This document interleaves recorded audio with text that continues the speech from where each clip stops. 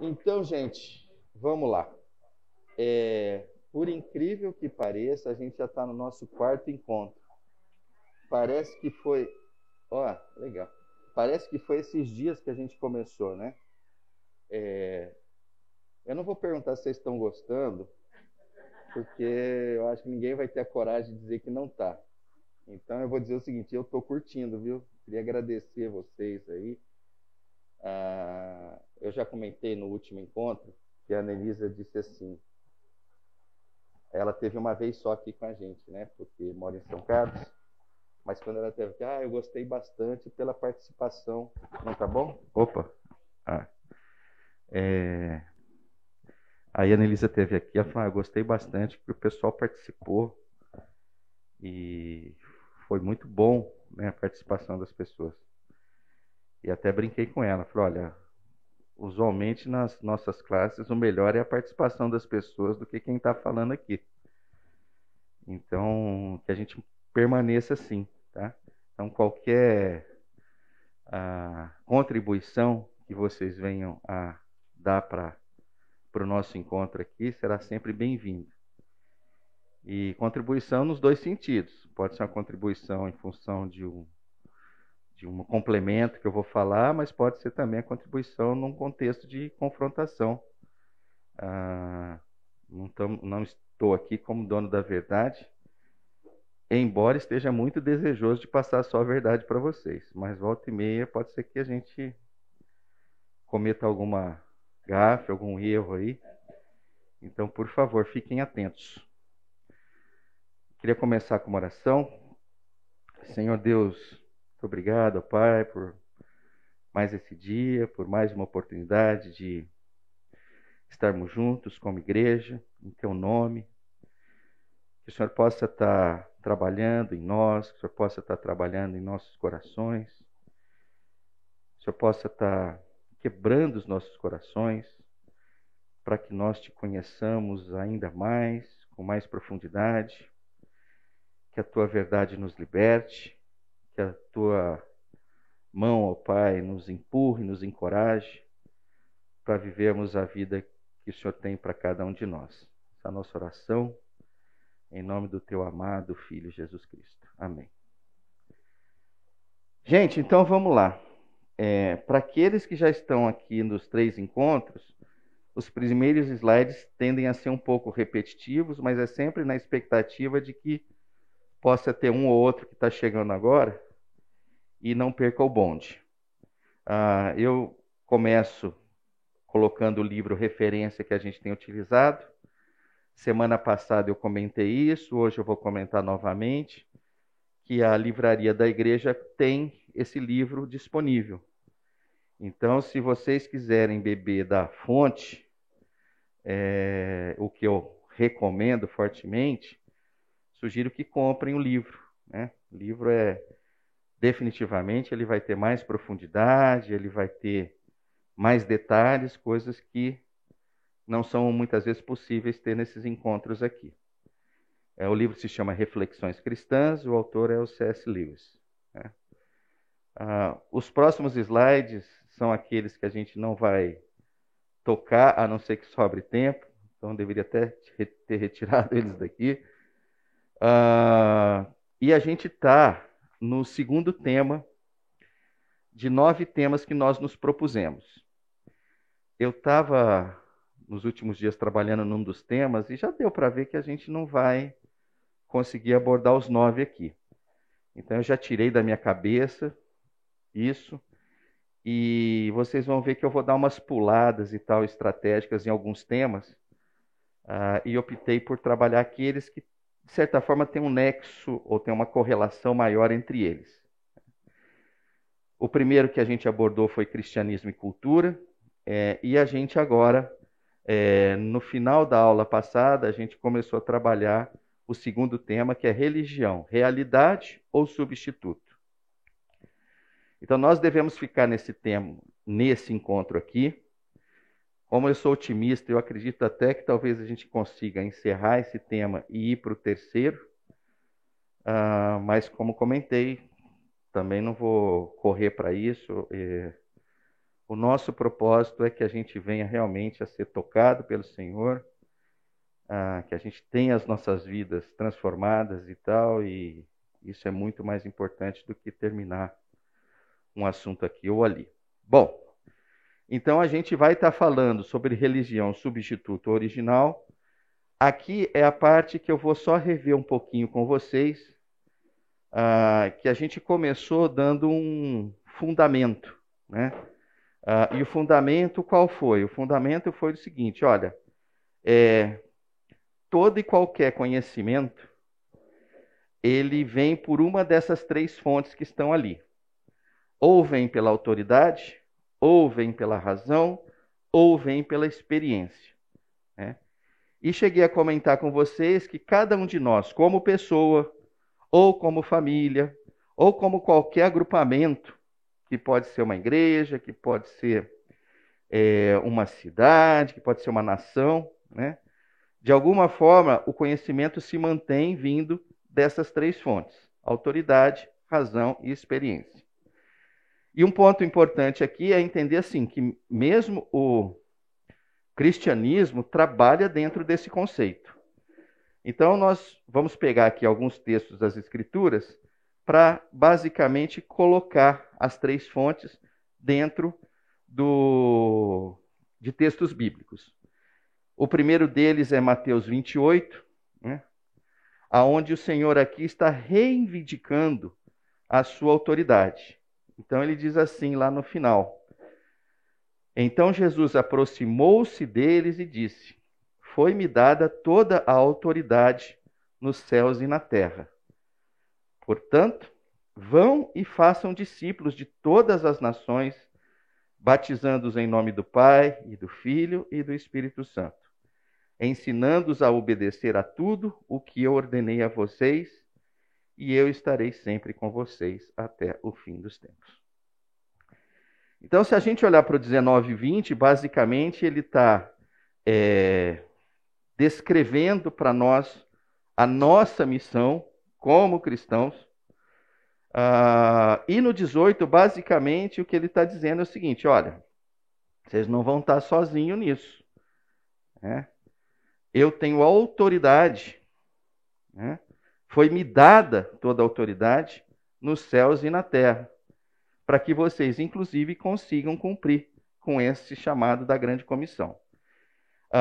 Outros textos das Escrituras, o próprio Senhor chama para si a autoridade.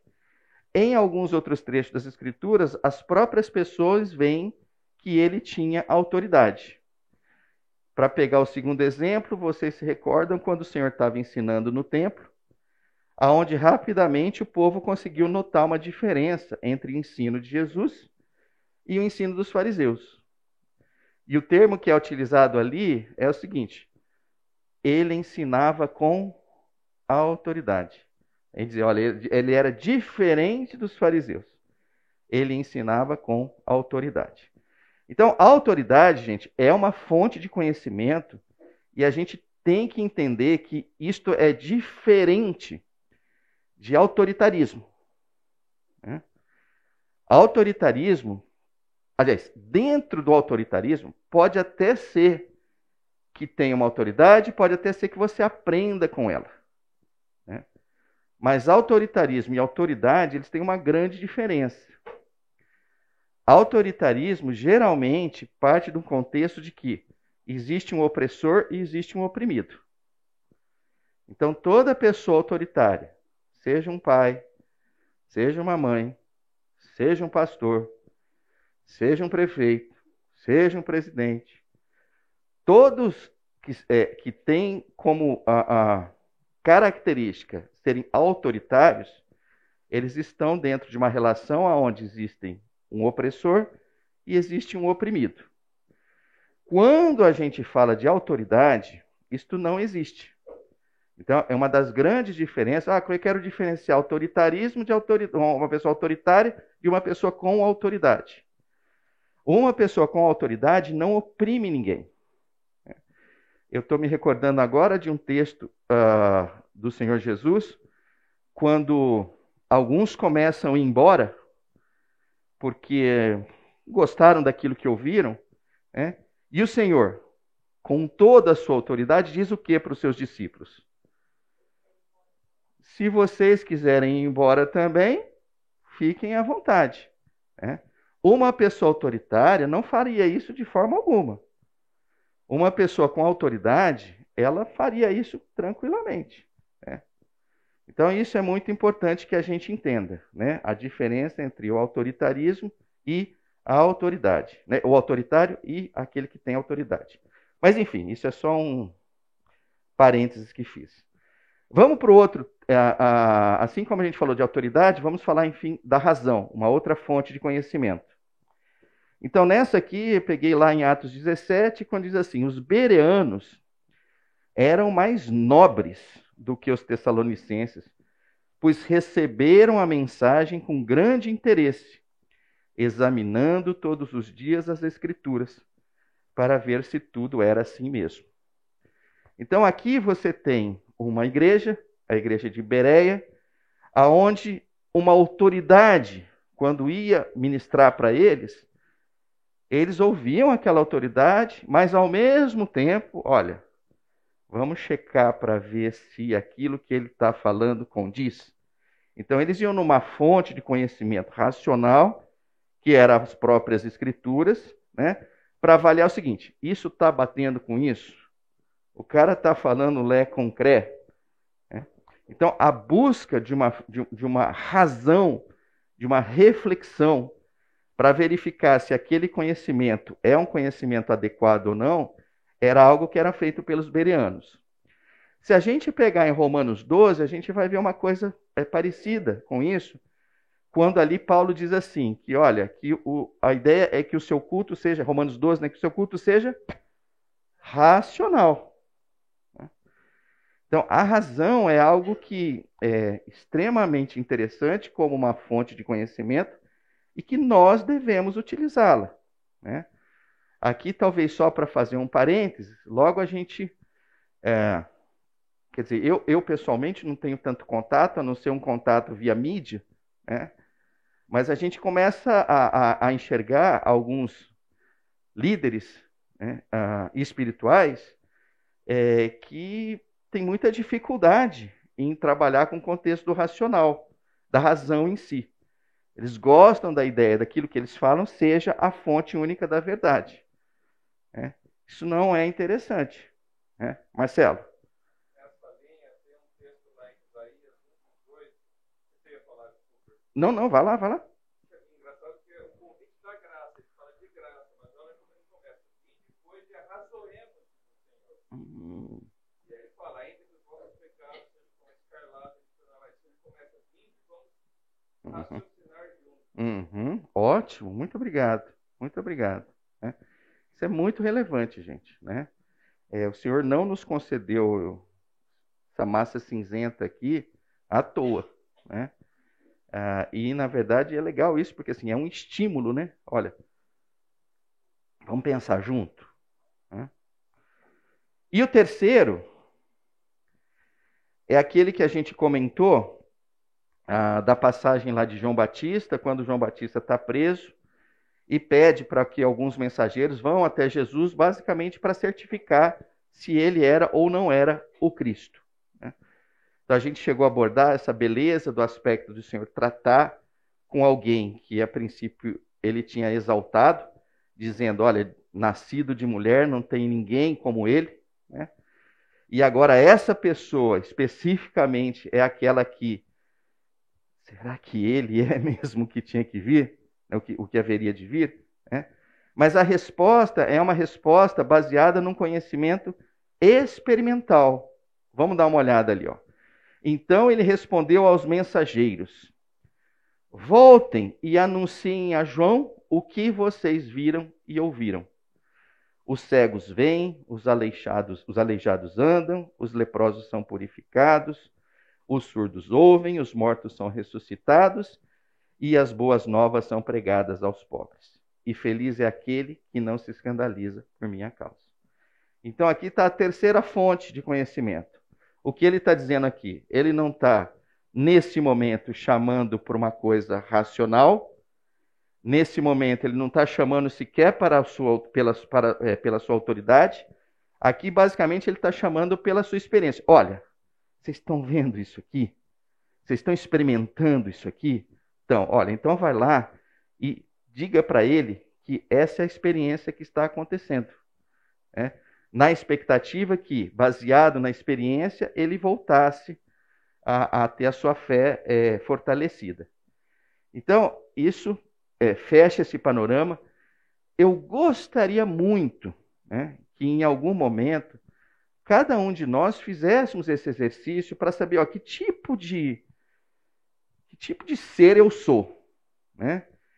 Eu tenho um equilíbrio entre para adquirir conhecimento entre autoridade, razão e experiência. Eu puxo mais para um lado, eu puxo mais para o outro. Eu eventualmente esmago um lado em detrimento do outro. A gente precisa ter um equilíbrio para entender o seguinte: essas três fontes são relevantes. Essas três fontes precisam estar presentes na nossa vida. E assim, lógico que não vai ser um balanceamento de um terço, um terço, um terço. A gente sabe que existem pessoas que... Eu vou pegar um exemplo que eu acho que... Vou falar para poucos aqui, mas acho que é um exemplo muito significativo e mesmo para quem não conheceu, vai entender. A gente teve no passado aqui um pastor que eu acho, inclusive, que a gente errou na chamada dele. Sendo muito pretensioso aqui. E eu digo pelo seguinte, porque a fonte de conhecimento dele era muito experimental. E eu estou falando do Cleuton. Então, quem conheceu o Cleuton vai se lembrar disso. Né? Ele, de certa forma, destoava da gente, porque a gente tem, e eu acho que não é motivo de orgulho nenhum, mas assim, a gente puxa para um racional com uma frequência muito elevada. Né? E ele puxava para o experimental de uma forma muito elevada. Né? Então, eu digo assim, quando assim, a gente errou, entendo o que eu quero dizer assim, ele era diferente ali. Né? E eu, assim, aí eu falo por mim, não falo por ninguém, mas assim, ele me incomodava. Eu falei assim, nossa, esse aqui é aquele... Sabe quando você está escolhendo feijão ali? Eu falei assim, aquele feijão é muito diferente dos outros. Mas não é que é um feijão carunchado, ele só é diferente, a coloração dele é diferente. E logo você quer, assim, não, esse aqui não põe na panela não, joga para fora. Né? A gente tem que tomar muito cuidado com isso.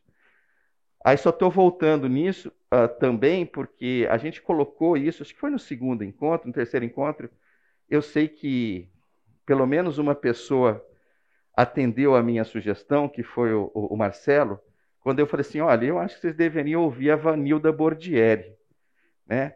Para vocês entenderem o que é pessoas diferentes de nós, né? Mas que também estão na mesma luta que a gente, que é levar o evangelho a outras pessoas. Né? Então, o Marcelo ouviu ali, e de certa forma você notou o que é uma coisa diferente ali, né? A família toda viu, né? Eu não sei se alguém ainda ouve a Vanilda Bordieri. Ontem eu mesmo ouvi uma outra música dela, eu tenho ela no meu subscribe lá, então quando ela lança alguma coisa nova eu vou lá, eu estou curioso. Eu confesso que eu estou gostando cada vez mais e acho muito estranho isso, que eu não deveria gostar assim. Mas, enfim, né? Bom, então agora, gente, com esses fundamentos aqui, vamos finalmente falar sobre substituto e original.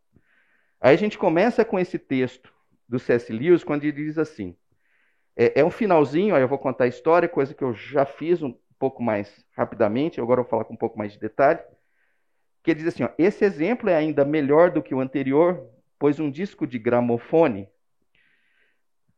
para os mais novos, vitrola, e para os mais novos ainda seria um CD player, para os muito mais novos não tem como falar, porque não tem nem mais dispositivo. Mas, pois um disco de gramofone é precisamente um substituto e uma orquestra à realidade. Mas devido à minha falta de cultura musical, a realidade parecia ser um substituto, e o substituto à realidade. Então, o que ele está dizendo aqui, que é a história que eu comentei, que agora eu vou dar um pouquinho mais de detalhes, que ele está dizendo o seguinte: olha, eu cresci, né, com o meu pai, que tinha um gramofone em casa, tinha os seus discos de música clássica, e a gente ouvia esses discos com profusão. Ouvia. Ele falou, cara, eu gostava demais daquilo, né? Até que um dia um amigo dele chegou e falou, olha, tem um convite aqui, você não quer ir ver uma orquestra, ouvir um concerto de uma orquestra ao vivo? Ele entrou em parafuso, ele falou, caramba, eu nunca imaginei que aquele vinilzão ali preto e tal poderia se transformar naquela oportunidade de eu ver a coisa real. E lógico, topou, foram, né? E aí, quando a orquestra começou a tocar, lá pelas tantas e tal, na cabeça dele, ele falou, olha, não tinha como. Vinha a mim o seguinte, eu não estou gostando muito. Eu não estou ouvindo ali o chiado, né? Eu não estou ouvindo aqueles sons muito misturados, né? Agora aqui tudo é muito claro, tudo é muito limpo, eu ouço todo. Aí ele comentou, ele falou, em função da minha cultura musical, olha, eu preferi o gramofone do que o concerto ao vivo, né? Então, isso é só um exemplo para dizer o seguinte, a realidade sempre foi... Oi? Não. A realidade sempre foi a orquestra. Aquela bolacha era um substituto. Mas olha que coisa interessante. Para a pessoa, no caso C.S. Lewis, ele falou assim, não, mas para mim o substituto é melhor do que a realidade. Bom, fiquem com essa ideia aí. Então a gente está falando hoje em dia, para falar linguagem normal, né? Isso aqui é o substituto. Isso aqui é a realidade. E eu acredito que muitos de nós aqui vão dizer assim, olha, entre o substituto lá em casa, com um suquinho de limão geladinho, né, e umas bolachinhas e um som de qualidade, eu sou muito mais isso aqui do que isso aqui. Aqui eu vou pagar água R$ 20, aqui tem que estacionar, vai aparecer o flanelinha, vai não sei o quê. Olha, o negócio é o seguinte, melhor esse do que esse. Mas a realidade é essa. O substituto é esse. Agora vamos para uma outra história, que a gente vai tirar algumas outras considerações desse lance de substituto e realidade. Aí nós vamos começar por aqui, ó. Isso aqui eu já vou adiantar para vocês. Isso aqui é uma manteiga, tá? Então vamos lá, né? Se você pegar na cultura francesa, mais especificamente do norte da França, né, isso sempre foi o original, né? Manteiga, manteiga, manteiga.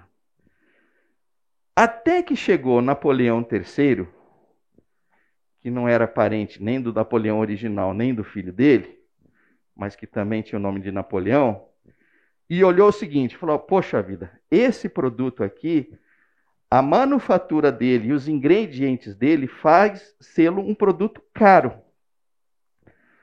Aí ele falou, nós precisamos encontrar um substituto, porque eu quero que todo francês tenha uma experiência parecida com manteiga. Eu não sei se ele estava pensando em passar manteiga na baguete, eu não sei se ele estava pensando em usar manteiga para fazer um croissant, isso não é claro, não consegui, até tentei, né? Mas enfim. O fato é que francês usa manteiga para quase tudo, né? É uma das bases da culinária francesa. E ele falou assim, bom, então eu vou lançar uma competição, um concurso aqui. Então foi um concurso jogado na França toda, isso 1860 e pouco, para quem descobrisse um substituto para a manteiga. E o substituto tinha que ter duas características. A primeira delas, ele teria que ter um custo, né, e em função disso, um preço inferior à manteiga.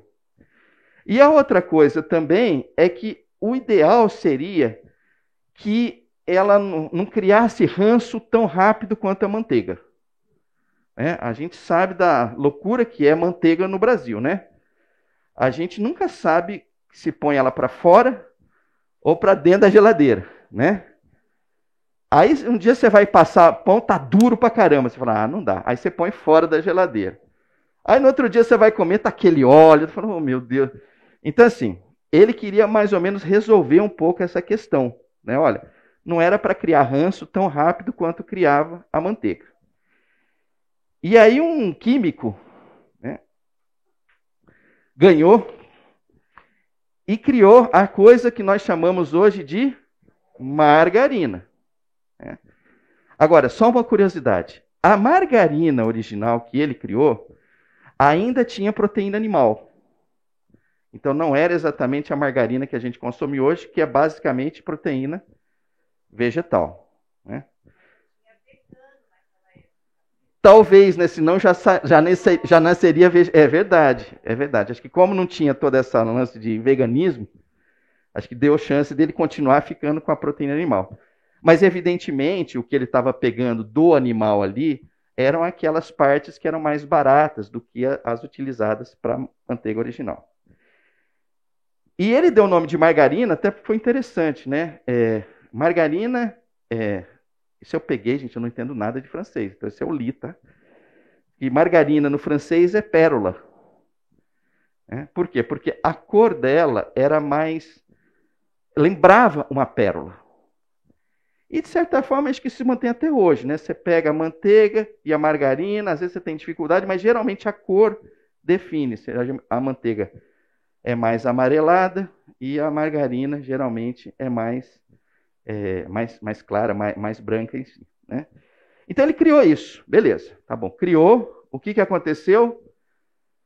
Quem utilizava manteiga passou a usar margarina? De jeito nenhum. Então, naquele momento, para quem consumia o original, ele falou, não, isso é um substituto, eu não vou consumir.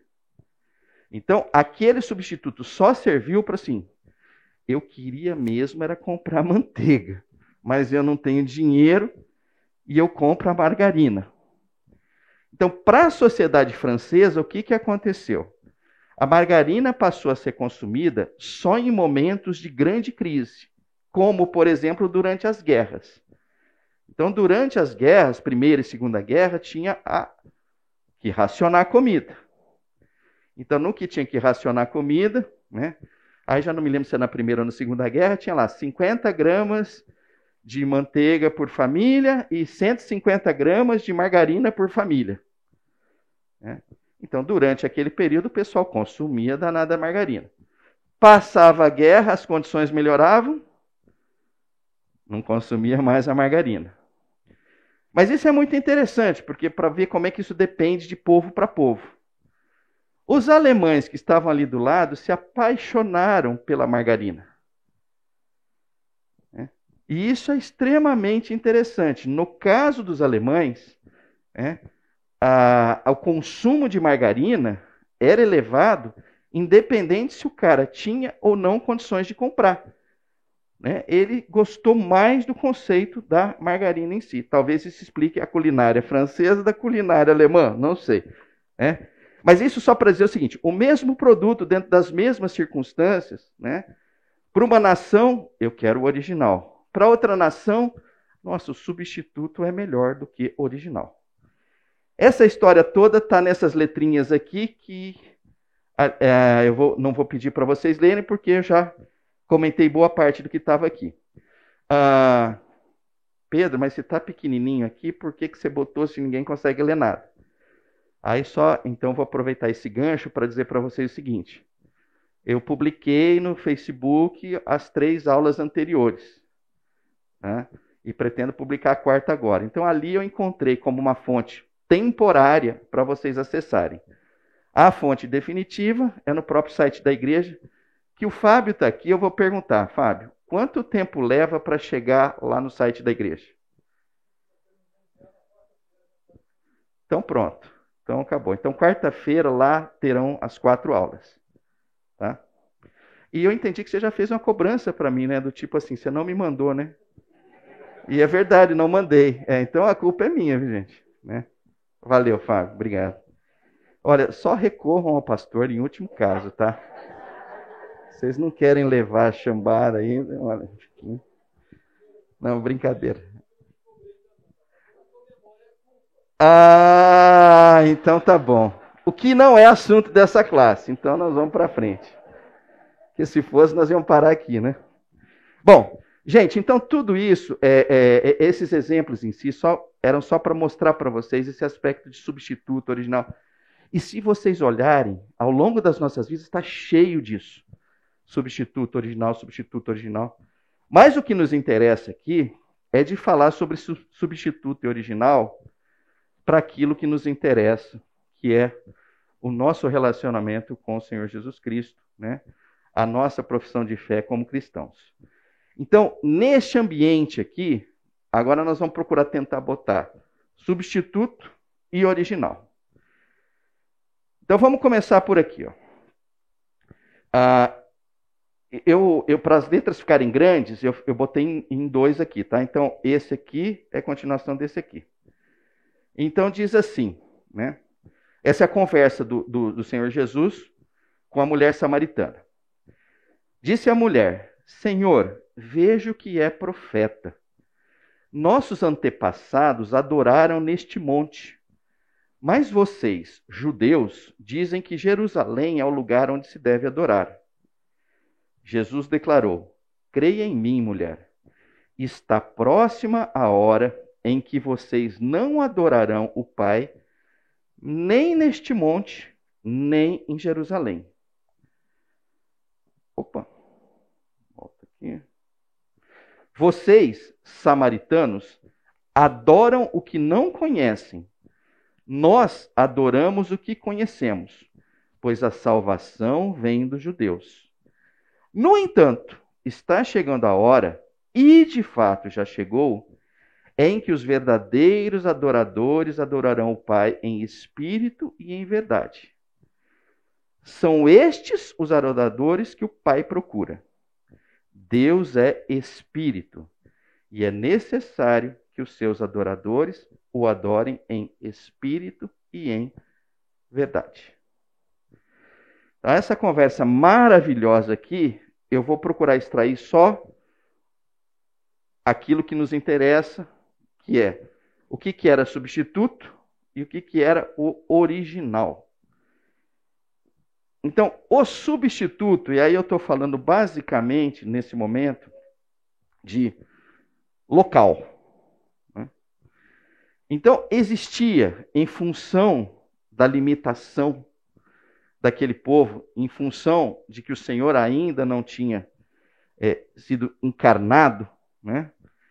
Que o substituto era, você podia adorar, se você fosse um samaritano, no Monte Gerizim. Por isso que ele fala no monte. Né? Se você fosse um judeu, você adoraria em Jerusalém. Então, o processo de adoração, o substituto daquilo que era para ser o original, era que tinha um local definido. Mas o original que o Senhor traz, ele transcende local. Então você vê que a resposta do Senhor Jesus não está no sentido, não, é Jerusalém. Olha, na verdade não é nem o Monte Gerizim, nem é Jerusalém, agora é Nova York. A ideia é que o substituto era um local e o original não tinha mais local. Ele transcendia o local. E nesse sentido, né, quando transcende o local, ele também traz um outro original. Olha, é importante que vocês o adorem em espírito e em verdade. De alguma forma, o espírito em verdade é algo completamente interno. Enquanto, quando você definia um local, você, de certa forma, também definia uma estética. Então, o substituto era uma estética também. Além do local, como é que eu vou, quando que eu vou, com que roupa que eu vou. Então, tudo isso fazia parte de um processo de adoração. A hora que isso internaliza em espírito, em verdade, o como eu vou, com que roupa eu vou, que dia que eu vou, que hora que eu vou, isso também transcende.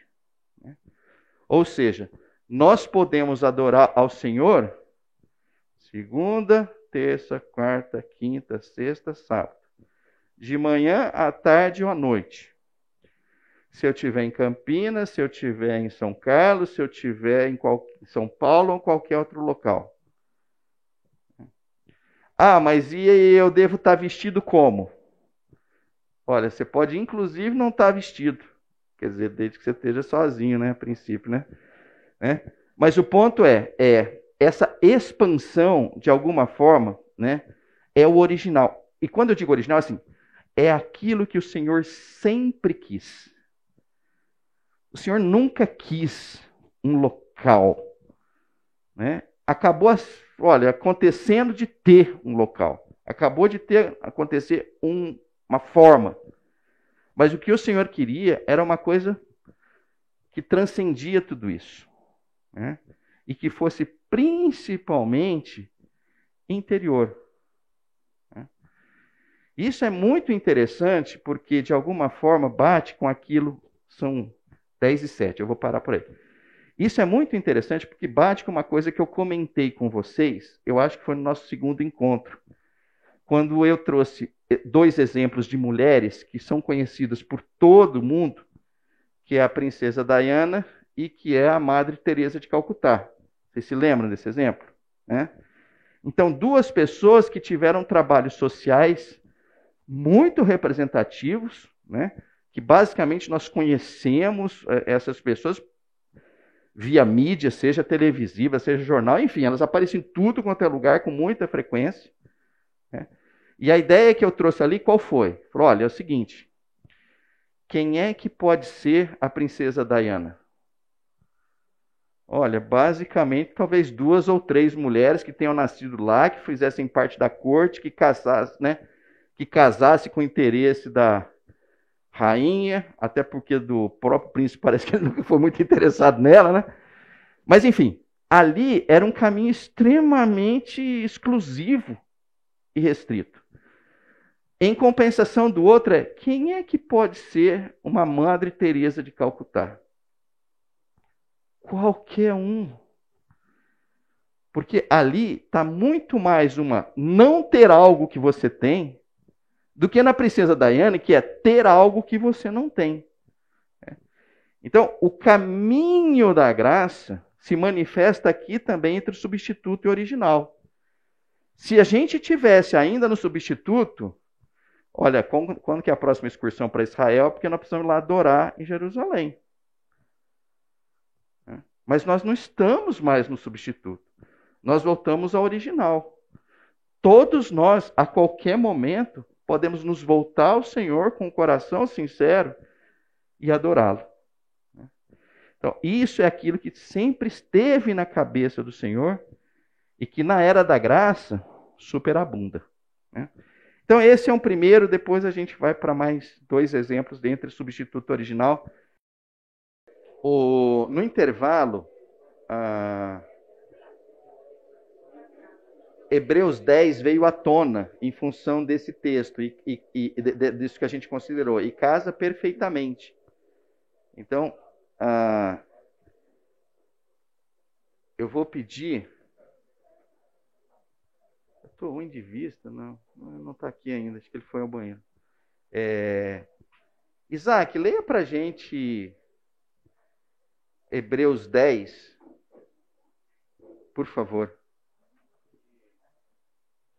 Então, o meu universitário, eu queria perguntar para ele, a partir de que verso? A gente lê mais tarde, então a gente lê mais tarde, ele não está aqui agora. Maravilha. Vá, segura aí, deixa aberto aí, a gente já comenta. Bom, vamos para o segundo ponto entre substituto e original, né? E aqui nós vamos pegar um outro, a consideração do C.S. Lewis, e basicamente aqui ele está apresentando um certo paradoxo, né? E o paradoxo seria o seguinte, né? Creia em Deus e você terá de enfrentar horas em que parece óbvio que este mundo material é a única realidade.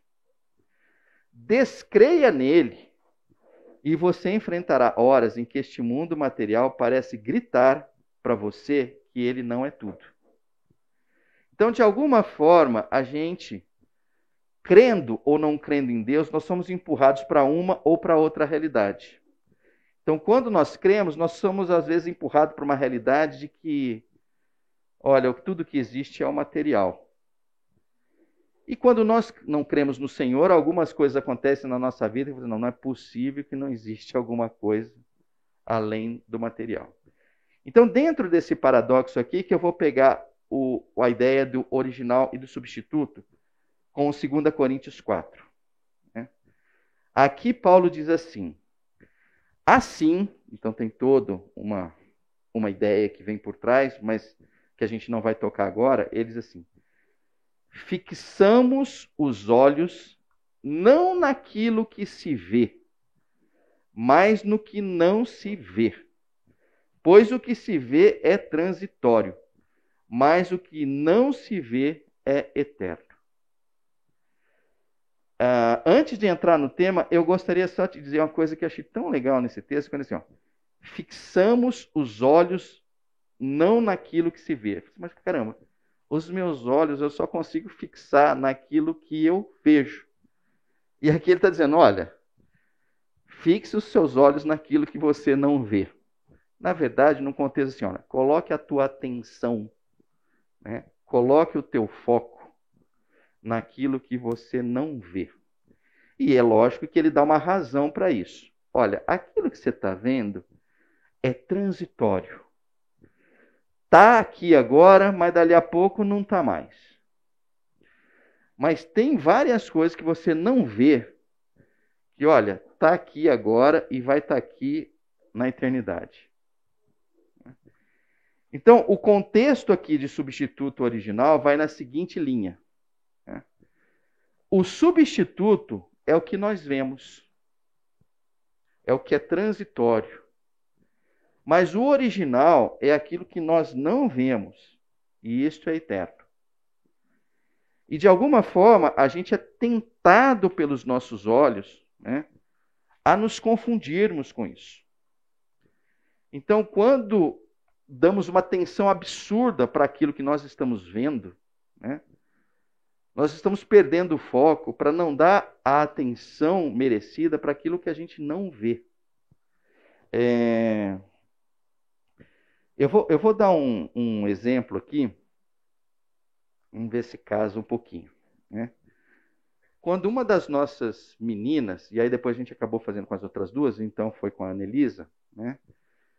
A gente estava conversando e tal, e eu sei que o assunto correu para o seguinte, né? Anelisa, foi uma época mais ou menos que acho que a Anelisa estava querendo levar outras pessoas a conhecer o Senhor, a compartilhar da fé e tal, né?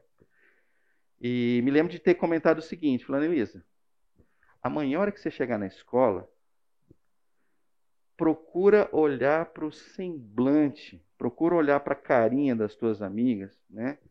E identificar aquelas que não tão legal, né? Era quase que um chamado para dizer assim, olha, procure ver aquilo que aparentemente não está à vista. E vá conversar com estas pessoas. Né? Talvez o exemplo não tenha caibo tão bem assim, mas o ponto nós somos, sobretudo, seres espirituais. Nós vivemos, né, neste mundo, mas nós, como o Senhor diz, não somos deste mundo. De certa forma, todos nós que conhecemos ao Senhor, nós fomos galgados a uma condição de alienígenas. Nós não pertencemos aqui. Nós pertencemos a algo eterno, que ainda nós não vemos, né? Mas que é tão real do que aquilo que nós vemos. Isso é extremamente importante. A gente vai sair daqui e tem uma chance da gente passar uma semana toda só preocupado e só atento com aquilo que a gente está vendo. Não é para que vivamos assim. Então, voltando ao texto de Paulo, ele está chamando, ele está clamando para o quê? Fixe os teus olhos naquilo, não naquilo que se vê, mas no que não se vê. Pois o que se vê é transitório, mas o que não se vê é eterno. Então, por hora fica isso para vocês como mais um contexto. Aquilo que é original, a gente não está vendo. O substituto é aquilo que a gente está vendo. Diga, Henrique. Dê um exemplo melhor do que o meu, porque o meu não ficou bom. Em substituto e original. O substituto no Velho Testamento era o cordeiro, o animal que ia ser morto. Quando você convive com um judeu hoje, o que você percebe? Eles creem na Torá. E a Torá manda sacrificar o animal. Mas eles não sacrificam mais hoje. Por que eles não sacrificam mais hoje? Porque não tem tempo. Eles estão esperando a terceira reconstrução do templo para voltar a sacrificar. Então eles não entenderam a lição de Jesus em João capítulo 4 para a Samaritana. Eles estão com os olhos focados naquilo que é material, que é o templo. Então, mesmo crendo na Torá, eles não sacrificam mais. Porque eles não conseguem enxergar que existe algo além daquilo que é físico. No caso deles é o templo. Ótimo, ótimo. E é interessante isso, né? Porque assim, eles estão esperando voltar a ver o que eles tinham visto. Ótimo, legal. Alguma contribuição a mais? Legal isso aí. Eu espero uma contribuição de um fotógrafo agora, Charbel, porque se você, cara, você só fotografa o que você vê. Mas às vezes, vamos lá, mas às vezes tem fotos que aparece o que não se vê. Vai lá, eu acho que você tem que falar isso. Na verdade, eu vou fazer o seguinte, eu vou pegar você, eu não sei se você faz isso ainda, né? Mas uma das vezes que a gente conversou, você tinha ido a Franca. Você lembra disso? Então você lembra da história? Se essa história vai aparecer ou não, ela tem que aparecer. Se você tem outra coisa para falar, você também fala, você tem chance de falar as duas coisas. Mas fale o de Franca, que eu acho muito legal, para dar uma enriquecida. Em Franca, eu fui fotografar o ateliê de um artista plástico um mês depois que ele morreu. E a missão era trazer elementos da personalidade dele sem eu ter o conhecido, né? Então eu precisei ver os rastros da pessoa no trabalho dele. Então o jeito como ele organizava os materiais, a última tela, a bagunça do ateliê, mas bagunça não é tudo igual, tinha a bagunça do jeito dele, né? A maneira da luz entrar na sala e ele posicionar as escrivaninhas, as telas. Então, os livros que ele tinha, os mais rabiscados, os menos rabiscados. Então, é uma ideia de entender através de. Porque perceber, a etimologia da palavra perceber, na fotografia a gente tem 3 níveis: o ver, o perceber e o imaginar. O perceber é ver através de alguma coisa, é a origem da palavra. E a boa fotografia é isso, é quando a gente... a Adélia Prado tem um poema que eu gosto muito, que ela fala assim: tem dias que Deus me tira a poesia. Eu olho pedra e vejo pedra mesmo. Entendeu? Eu adoro esse texto porque fala de percepção. Uma coisa é o que o meu olho vê, outra coisa é o que aquilo significa para mim, ou para todo mundo, ou para a humanidade, né? Então, a boa fotografia é essa, é aquela que mostra mais do que o que é visto. Mas o bom texto é esse também, porque fotografia é um texto a ser lido também, né? Um bom texto, o texto de Jesus aí, é o texto onde o leitor entende mais do que o que foi dito, né? E esse texto da Samaritana tem muito mais do que o que foi dito. E ele deu espaço para ela fazer essa leitura, né? Se ela fez totalmente o que tanto que ela fez, eu não sei dizer. Mas eu acho que assim, o problema é que a gente está num mundo muito visual, onde a gente está muito ocupado em ver. Mas para perceber, você precisa dar um tempo, você precisa meditar, precisa combinar a imagem. No caso meu, a imagem. No caso da mensagem de Jesus, o texto, né? Amém. Amém. Legal, gente. Fantástico, né? O pessoal vai querer ver as fotos, elas estão acessíveis.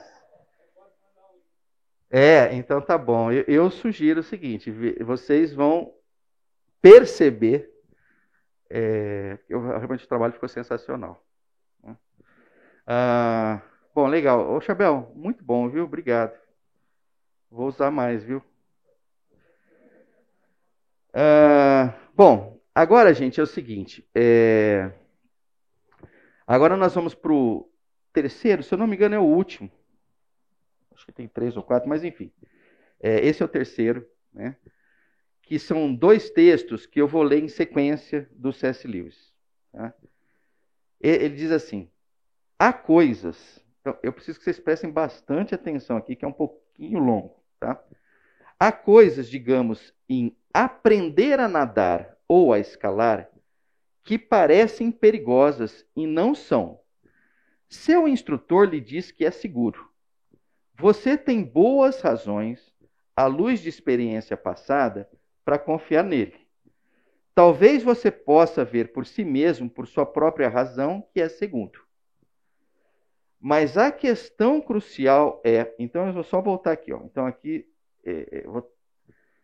Eu acho que está claro, mas eu vou me exceder e vou tentar deixar isso mais claro ainda. Então, considere que você vai aprender a nadar ou vai aprender a escalar.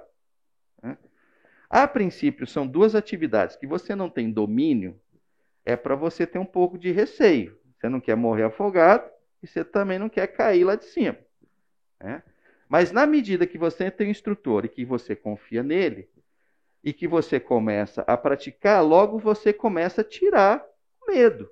Porque você vai começando a dominar as técnicas. Aí você nota, não, se eu cair numa piscina, se eu cair no mar, eu consigo aplicar aquelas técnicas e tal. A mesma coisa na escalada. Né? Então é mais ou menos isso que ele está dizendo. Né? Agora vem a parte interessante aqui, que ele diz assim: mas a questão crucial é: você será capaz de continuar acreditando nisso quando realmente vir a borda do penhasco abaixo de você? Ou realmente se sentir sem apoio na água? Então aqui eu vou dar um break aqui. Então olha só. Aprendi a nadar, aprendi a escalar. Mas vão chegar momentos em que eu vou estar ali, vou olhar para baixo. Será que eu vou acreditar mesmo em tudo que eu aprendi? Daí a pouco eu vou estar no mar aberto, vou olhar para cá, para lá, não vou ver sequer uma margem. Olha, será que eu vou realmente acreditar em tudo que me foi ensinado? Então, continuando. Você não terá motivos racionais para descrer. Olha, volta aqui. Então, assim, motivos racionais para descrer você não tem, porque você sabe, você domina, você tem as técnicas.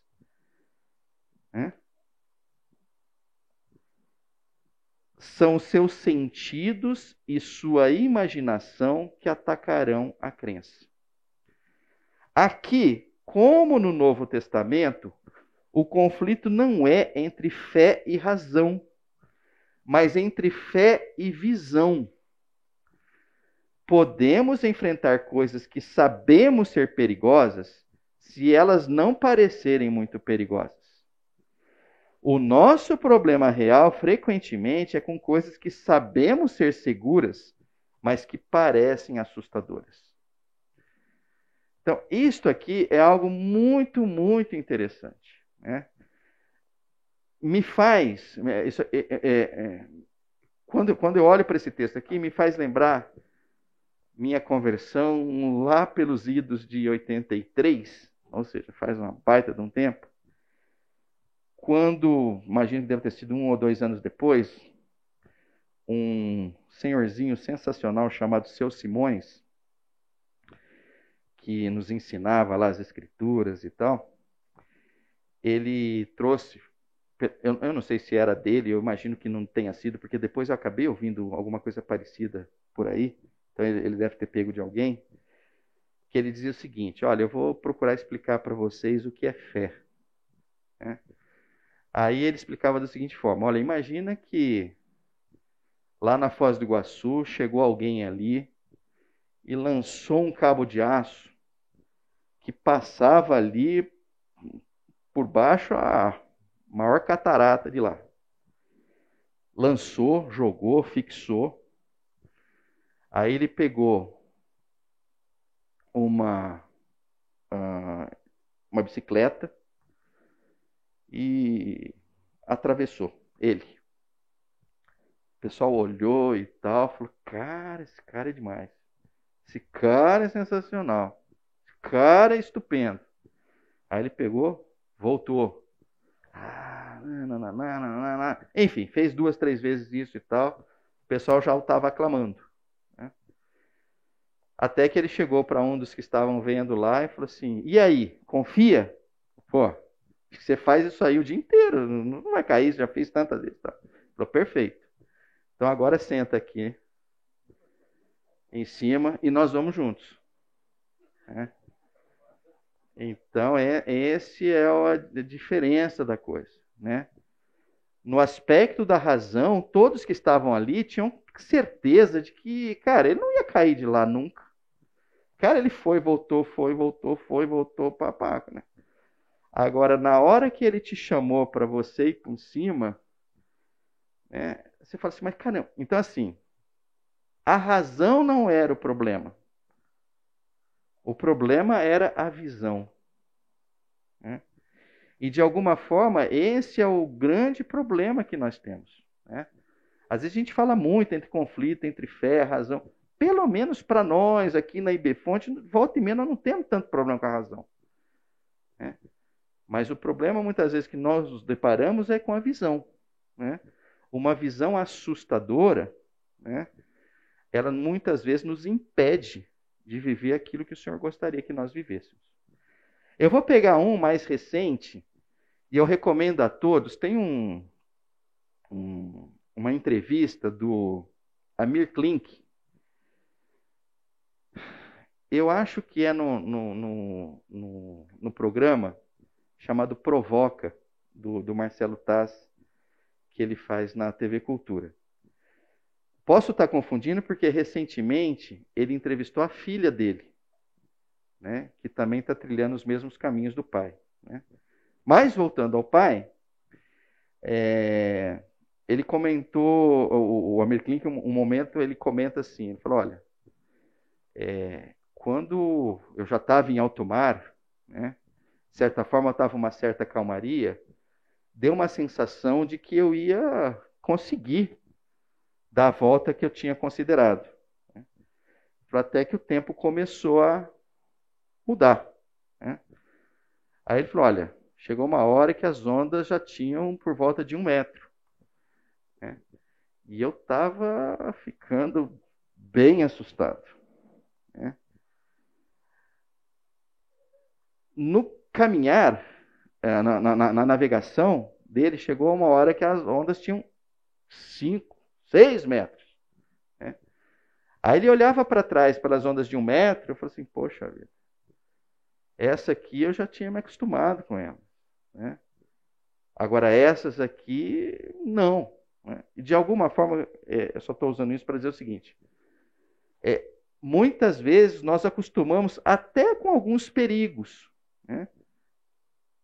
Mas a gente tem muito problema com perigos novos. Né? Então não é à toa que cada um de nós, de certa forma, está sempre buscando uma zona de conforto.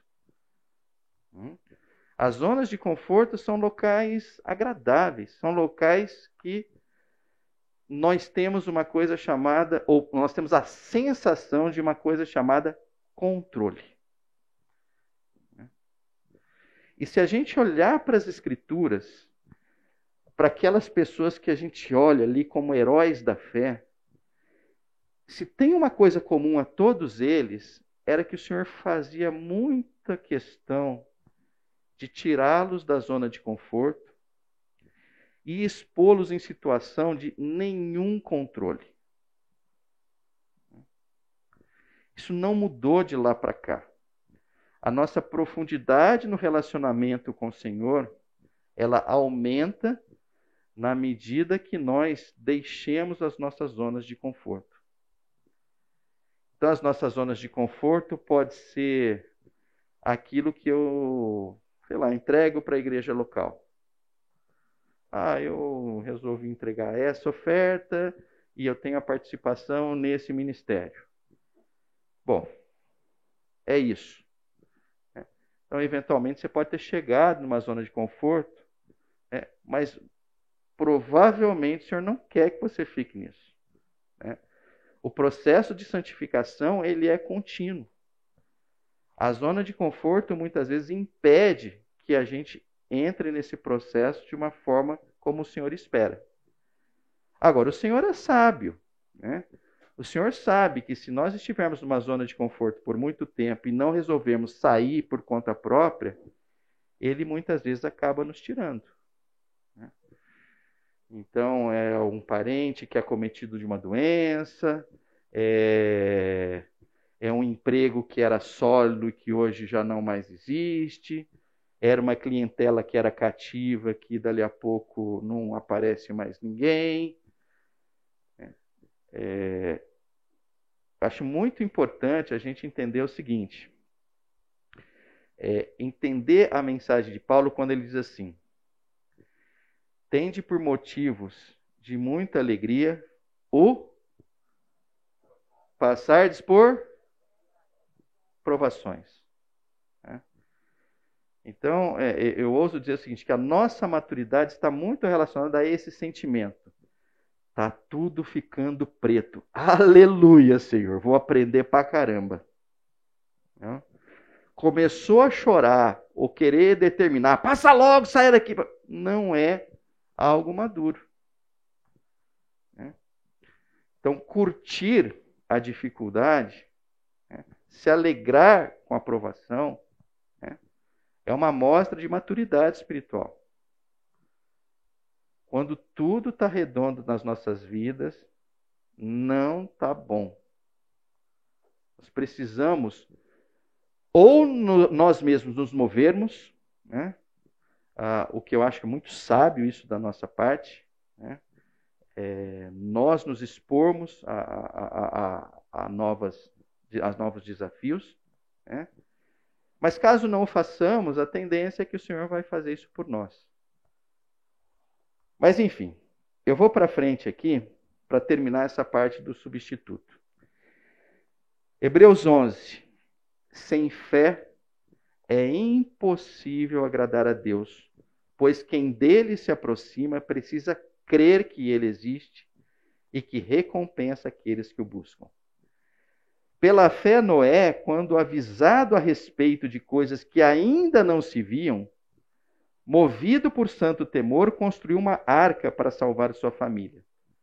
Por meio da fé, ele condenou o mundo e tornou-se herdeiro da justiça, que é segundo a fé.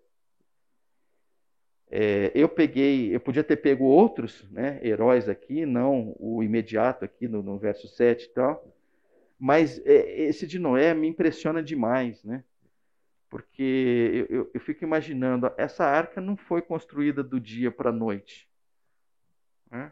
Essa arca exigiu um esforço absurdo. E eu fico imaginando pessoas passando ali e tal, e naquela terra seca ali, alguém fazendo uma arca. Imagina do que esse cara não foi chamado, Louco deve ter sido a coisa mais assim, quase que um elogio, né? Mas a pessoa ficou ali, né, não ficou ali pela fé. Então, de alguma forma, a gente tem uns exemplos aí.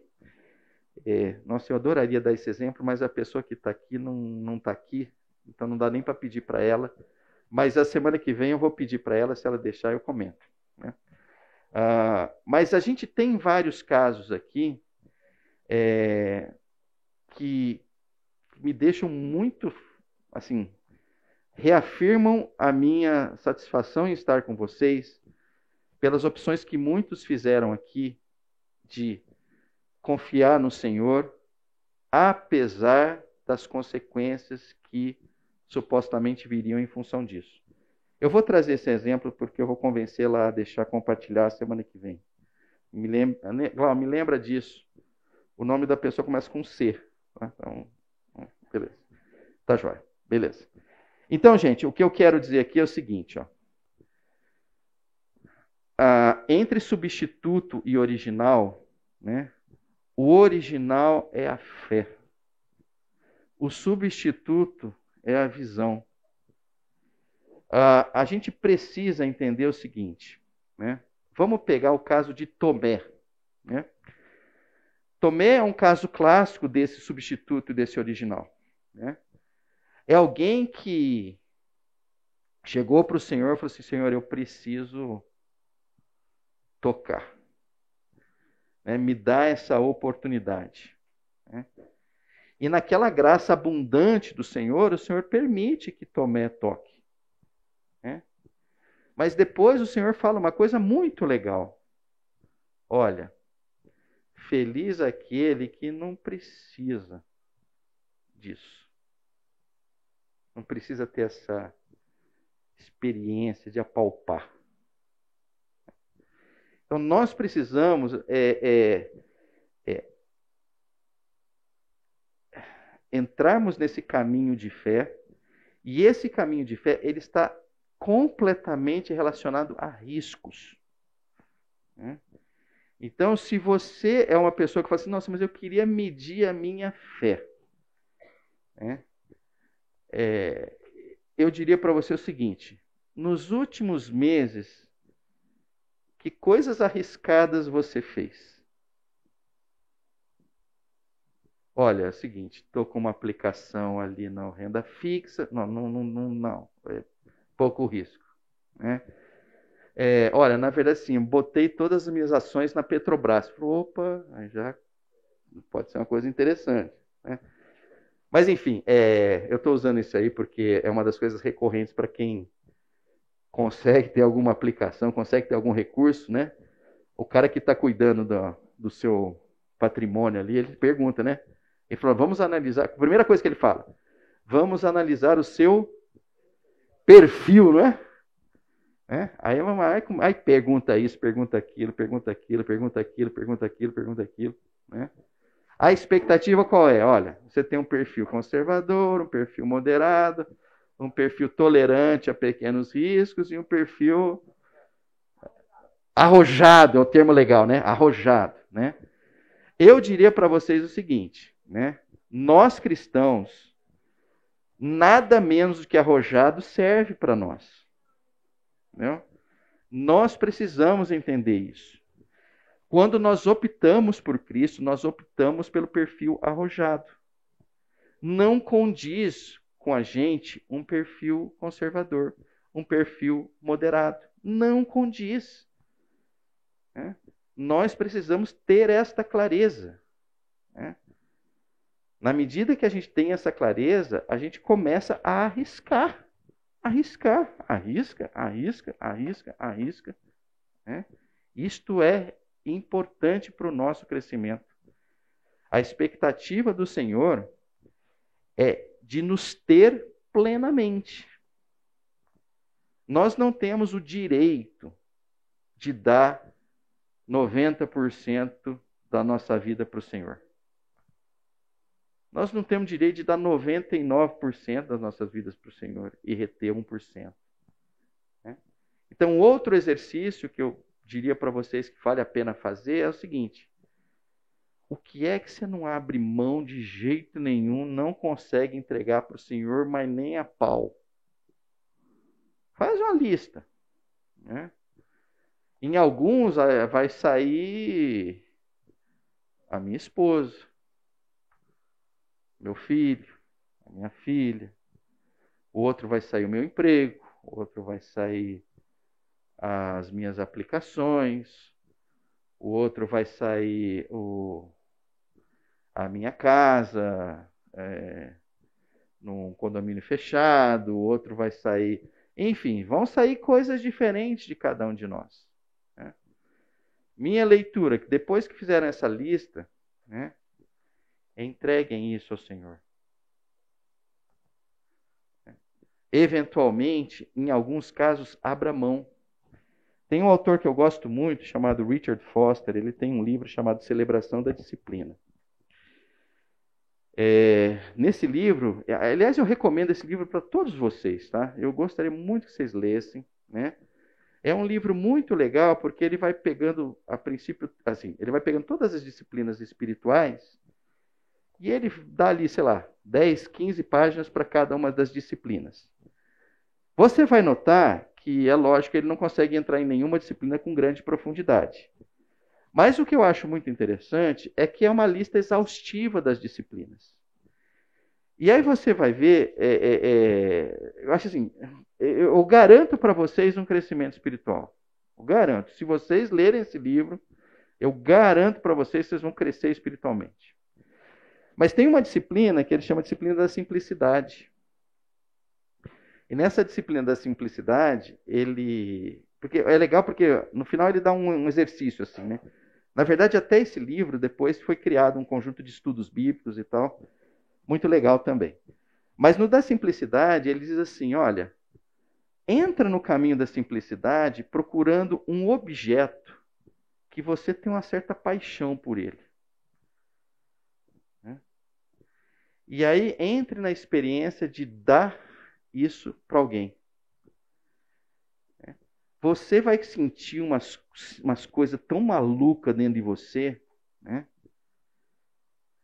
Que se você levar essa maluquice diante do Senhor, você vai entrar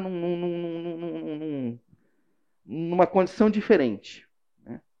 E se eu não me engano, no caso dele, ele disse que era uma bicicleta. Né? Cara, tinha uma paixão por aquilo. Né? Ele falou, cara, olha, quando eu doei aquilo, eu estou lembrando do Carlão agora, né? Quando ele falou, quando eu doei aqui a bicicleta, meu amigo, parecia que tinha ido um braço junto. Né? No caso dele tem que ser a coleção, né? Não, ó, a melhor, né? Provavelmente ele vai querer dar a pior, né? Conheço o Carlão. Mas olha só, é um exemplo, é uma sugestão que eu dou para vocês. Uma outra coisa que eu acho muito interessante, que vai na mesma linha, é quando a Edith Schaefer, que é a esposa do Francis Schaeffer, né, ela diz assim, num dos livros dela, ela fala assim, olha, eu comecei a entender o que era sacrifício quando eu cheguei no nosso quarto e tinha uma pessoa drogada, vomitado em cima da cama e lá largado. Essa experiência para mim foi absurda. Porque ali, na cabeça dela, estava a representação o melhor lugar para se estar, né? No seu quarto, no leito, com a cama limpinha, aseada, cheirosa e tal. Quando eu vi aquela pessoa largada ali, que tinha vomitado e tal, opa, eu comecei a entender algumas coisas que eu não tinha entendido ainda. Do que era andar com o Senhor, né? Do que era viver uma vida sacrificial. Né? Então essa mensagem que fica, a gente vai parar por aqui. Eu espero muito, mas muito mesmo, de cada um de vocês, que vocês trilhem caminhos extremamente radicais, como o Senhor trilhou. Né? Caminhos que nos levem a um amor sacrificial. Né? Agora eu estou me lembrando, a gente vai ter mais um ponto que acho que vai nos tocar bastante na próxima, sobre substituto original. Aí a gente vai terminar e vai para o próximo. Tá? Mas, gente, vivam intensamente com o Senhor. Essa é a oração que eu gostaria de fazer agora. Senhor amado, trabalhe em nós. Senhor amado, não nos deixe viver longe do Senhor. Senhor amado, abra os nossos olhos, ó Pai, para que a gente veja aquilo que não se vê. Senhor, trabalhe em nós para que a gente possa viver uma vida de amor sacrificial ao Senhor e a todos aqueles que estão próximos a nós. Nos leve em paz para as nossas casas, nos desafie a viver intensamente contigo ao longo dessa semana. É o que nós te pedimos em nome do Senhor Jesus Cristo. Amém.